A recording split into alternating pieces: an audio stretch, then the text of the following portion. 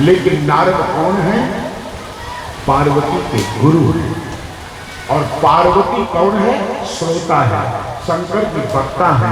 आज शंकर की कथा सुना रहे हैं, पार्वती सुन रही है। जैसे ही गुरु ने श्राप दिया, ये प्रसंग आया, पार्वती चौंक गई। पार्वती ने कहा, का अपराध रमापति की नाम। शंकर जी को बड़ी प्रसन्नता था। बोले क्या? बोले गुरु के प्रति कितना भाव होना चाहिए। पार्वती तेरी बात सुन के भी प्रसन्न है। कैसे? तो पार्वती ने भगवान का अपराध देखा, लेकिन गुरु का अपराध नहीं देखा। क्या सुंदर प्रसंग है। पार्वती को यह कहना चाहिए कि का अपराध गुरुदेव ने किया। मेरे गुरु महाराज ने कौन सा अपराध किया, श्राप क्यों दिया? ऐसा पार्वती नहीं कहती है। पार्वती कहती है कि का अपराध रमापति की ना, भगवान ने कौन सा अपराध किया जो मेरे गुरु ने श्राप दे दिया।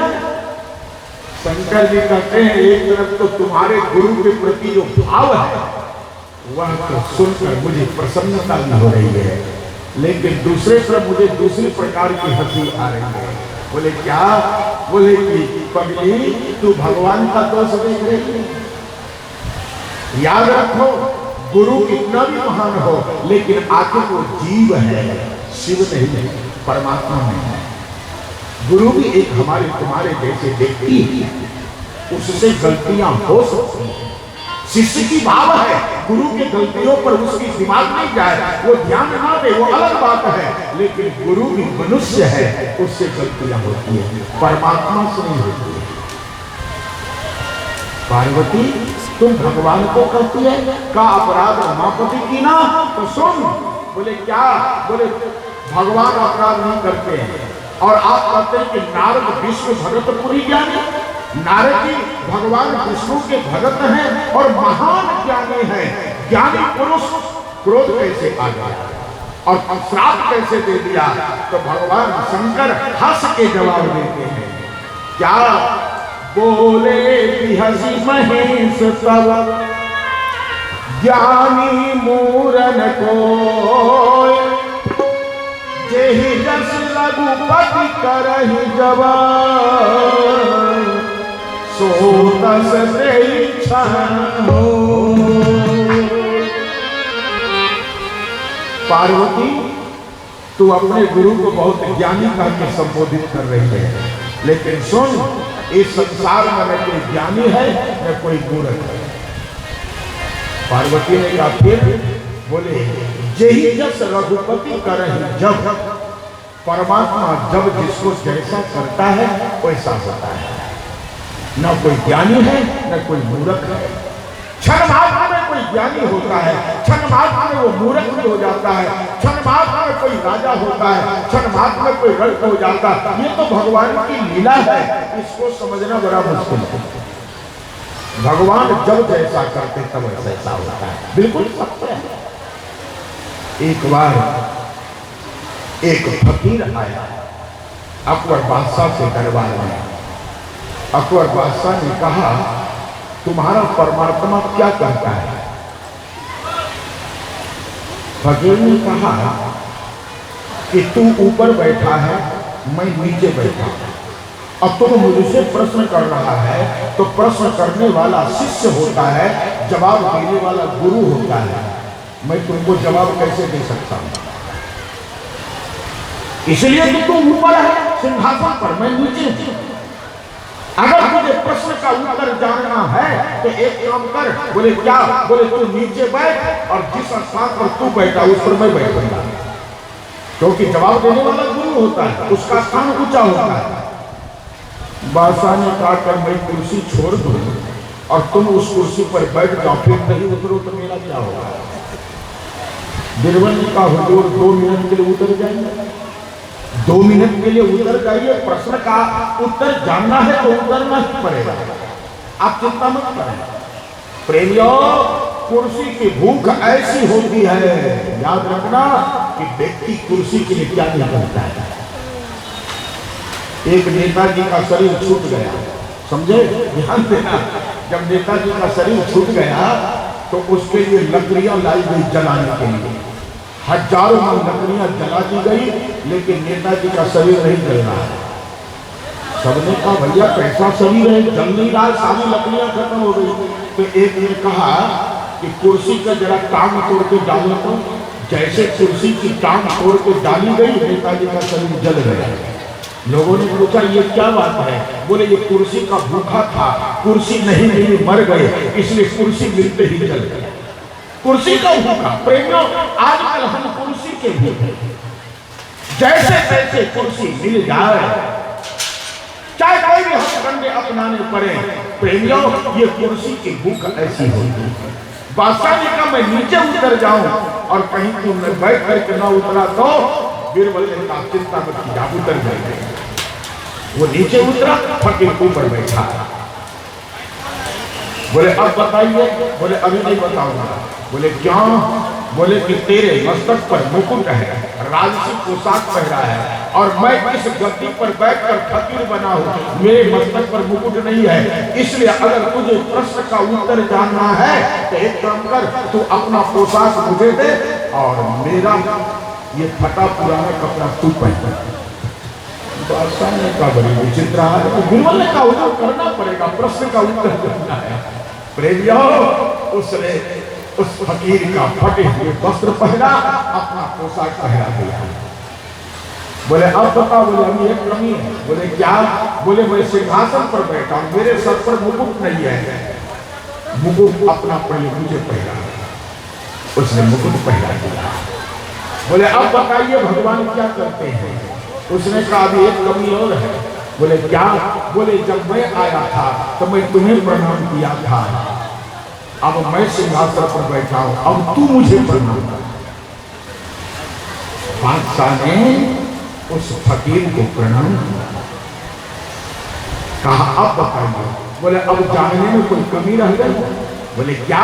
बोले एक मिनट पहले तू बादशाह था, मैं फकीर था, अब मैं बादशाह हूं, तू फकीर बना है। मेरा परमात्मा यही करता है, एक मिनट में किसी को कुर्सी पर बैठा दे और एक मिनट में कुर्सी से उतार दे।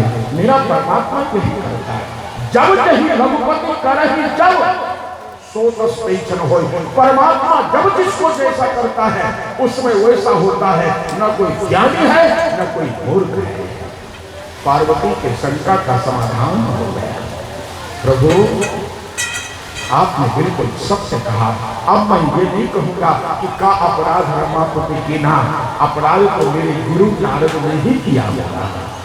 भगवान शिव ने कहा अब तेरी बुद्धि ठीक हो गई, अब सुन। बोले क्या? बोले एक बार की बात है, नारद जी बीना लेकर के और भ्रमण कर रहे थे। भ्रमण करते करते करते वह नेपाल की तराई में पहुंच गए, अर्थात जो हिमाचल पर्वत है उसके किनारे पहुंचे। उन्होंने झरने देखे, सुंदर बगीचे देखे, बाग देखे। इतना ही नहीं, उन्होंने सुंदर पुष्प और फल देखा, प्राकृतिक दृश्य देखा। उस दृश्य को देख करके इनके मन में आया, आहा मेरे परमात्मा का सर्जन कितना अच्छा है। और वह परमात्मा की सर्जन को देखकर परमात्मा को याद करने लगे। याद रखिए, दृश्य को देख करके उस दृश्य के बनाने वाला उसकी याद आ जाए तो आपकी भक्ति सफल हो जाएगी। नारद जी को ये प्रकृति दृश्य देख करके इसको बनाने वाला, इसका सर्जन की याद आ गई और उनके मुख से निकल आया, क्या नाम तुम्हारा तारनहारा, जाने कब दर्शन होगा। तेरी रचना इतनी सुंदर, तू कितना सुंदर होगा, तू कितना सुंदर होगा। नाम तुम्हारा तारनहारा, जाने कब दर्शन होगा। तेरी रचना इतनी सुंदर, तू कितना सुंदर होगा, तू कितना सुंदर होगा। इस प्रकृति को देखकर प्रकृति बनाने वाले को याद करो, जिसकी रचना इतना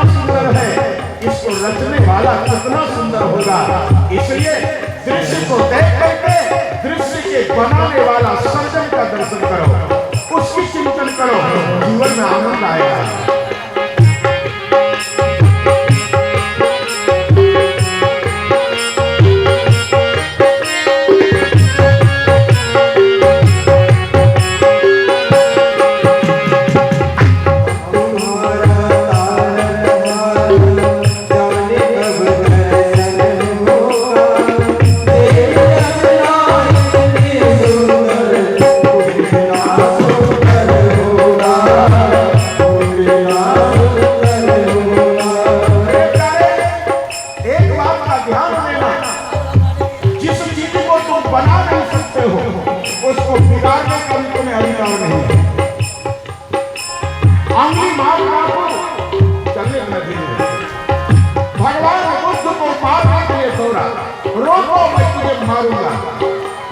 भगवान बुद्ध प्रसन्न मुद्रा में खड़े हैं, वहां हनुमान बाबू पास में आ गया, तलवार उठाया है गर्दन पर चलाने के लिए।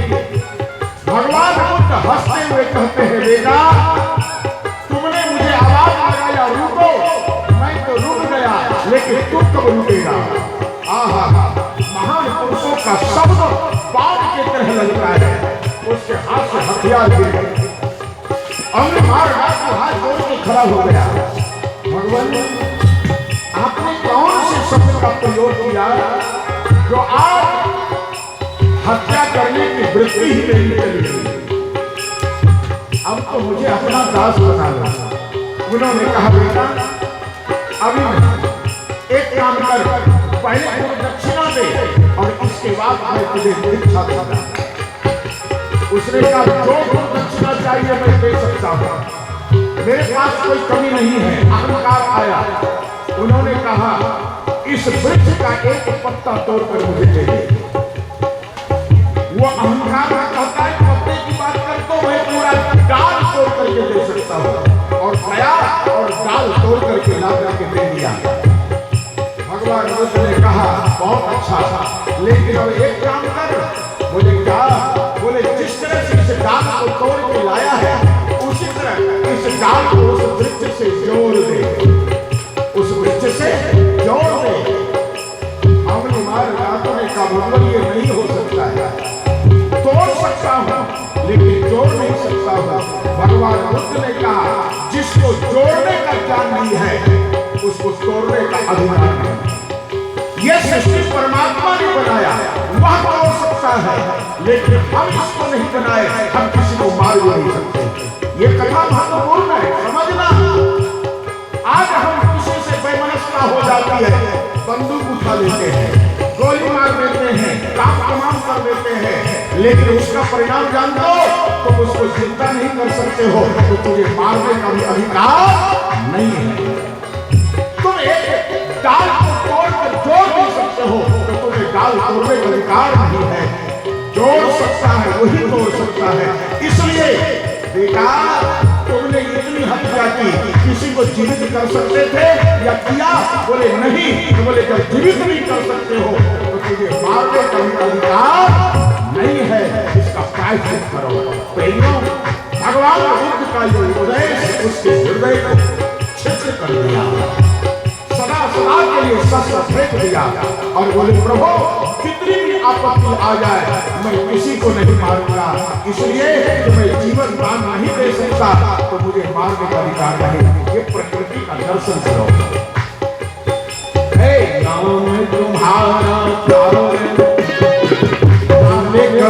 दर्शन होगा, तेरी रचना इतनी सुंदर, तू कितना सुंदर होगा, तू कितना सुंदर होगा, तेरी रचना इतनी सुंदर, तू कितना सुंदर होगा, तू कितना सुंदर होगा।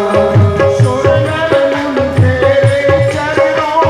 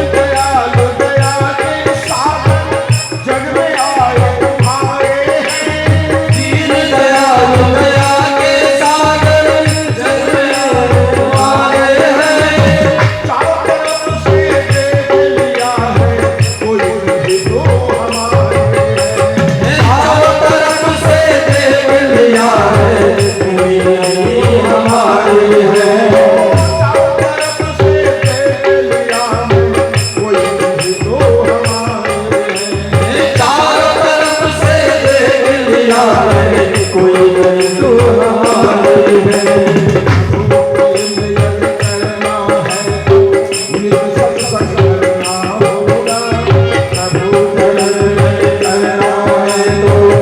सत्संग करना होगा,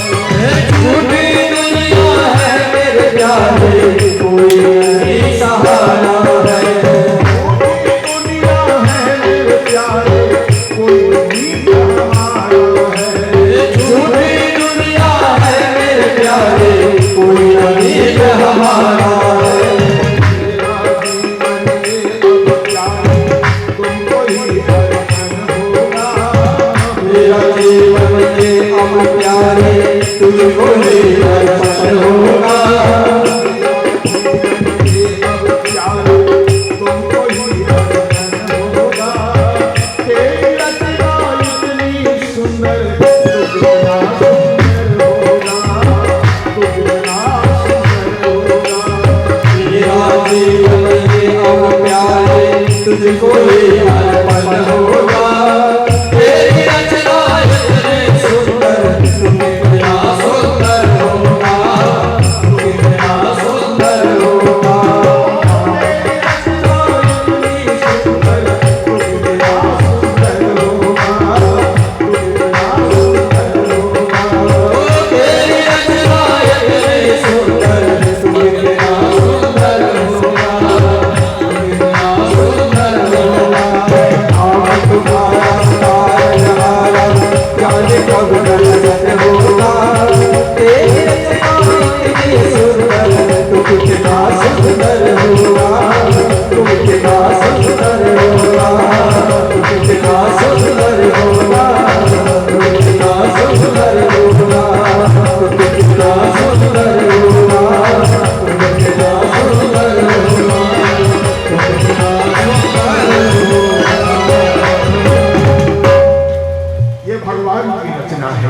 सुंदर पद है, धन्य है। नारद जी ने प्रेमियों रमन और रमणीक स्थान देखा, भगवान के प्रति उनकी आस्था बढ़ गई और समाधि बन गई। देखो, दृष्टि का अनुकूल सृष्टियां मानी जाती है।